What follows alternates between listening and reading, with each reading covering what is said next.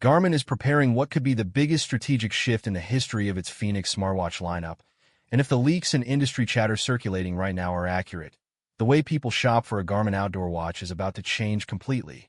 For years, the pattern has been the same and honestly, more than a little frustrating. Garmin launches a flagship base model. Everyone rushes to buy it, and then months later, sometimes nearly a full year later, the Pro version shows up with all the features early buyers wish they'd waited for. That cycle created a very specific kind of buyer's remorse, and it looks like Garmin has finally decided to fix it. According to current reports, Garmin is planning to launch the standard Fenix 9 and the Fenix 9 Pro at the exact same time. That single decision changes almost everything about how this generation will be received. Instead of guessing whether a better version is quietly waiting in the wings, buyers will be able to look at both watches side by side, compare the actual hardware, weigh it against their budget, and make a real decision from day one. When the Fenix 8 launched, a lot of people bought the standard model simply because it was the only thing available, only to feel like they'd settled once the Pro Edition arrived with extra features they actually wanted. Garmin removing that waiting game is, frankly, a pretty clear response to years of customer frustration. The second big shift addresses something Fenix fans have complained about for a long time: size. If you wanted the best features Garmin had to offer, you basically had to accept a big watch. Previous Pro models started at 47mm, and for anyone with a smaller wrist, that's a genuinely bulky, sometimes uncomfortable watch to wear all day, let alone during a long run or a multi-day hike. The rumors this time point to a new 43mm Fenix 9 Pro variant, which would be a meaningful change.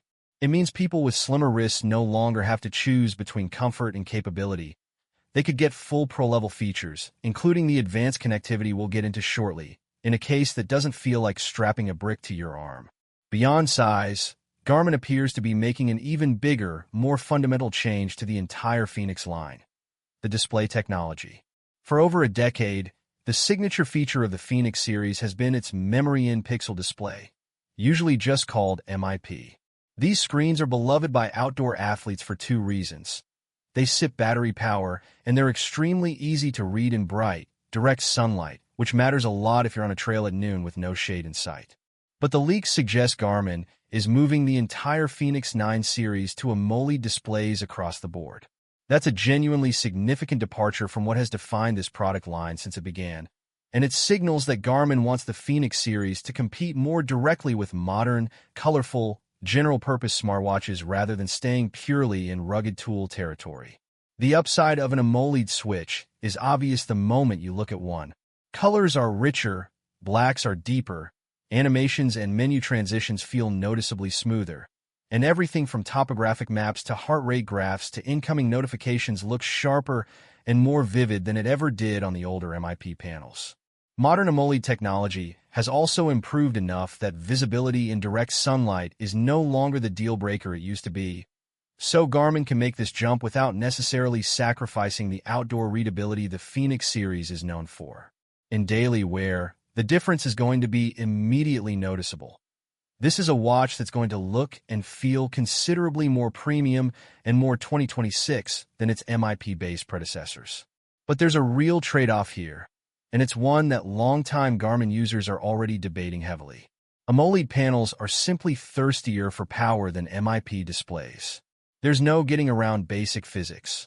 Lighting up individual pixels for a colorful, high-contrast image costs more energy than the ultra-efficient reflective technology MIP relies on. On top of that, moving away from MIP could mean solar charging disappears from the mainline Fenix 9 series entirely. Solar charging has been a massive selling point for hardcore backcountry users. People spending days or weeks away from a wall outlet who have come to rely on ambient sunlight quietly topping off their battery in the background. Losing that from the flagship Fenix could be a real disappointment for ultra-endurance athletes who have always prioritized battery longevity over screen quality. Garmin's apparent solution to this is to sharpen the lines between its product families rather than trying to make one watch do everything.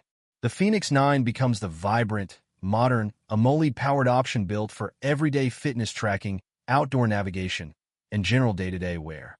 Meanwhile, the Enduro 4 is expected to step in as the dedicated battery life specialist, keeping the MIP display and the solar charging glass that ultra-runners and expedition-style adventurers depend on.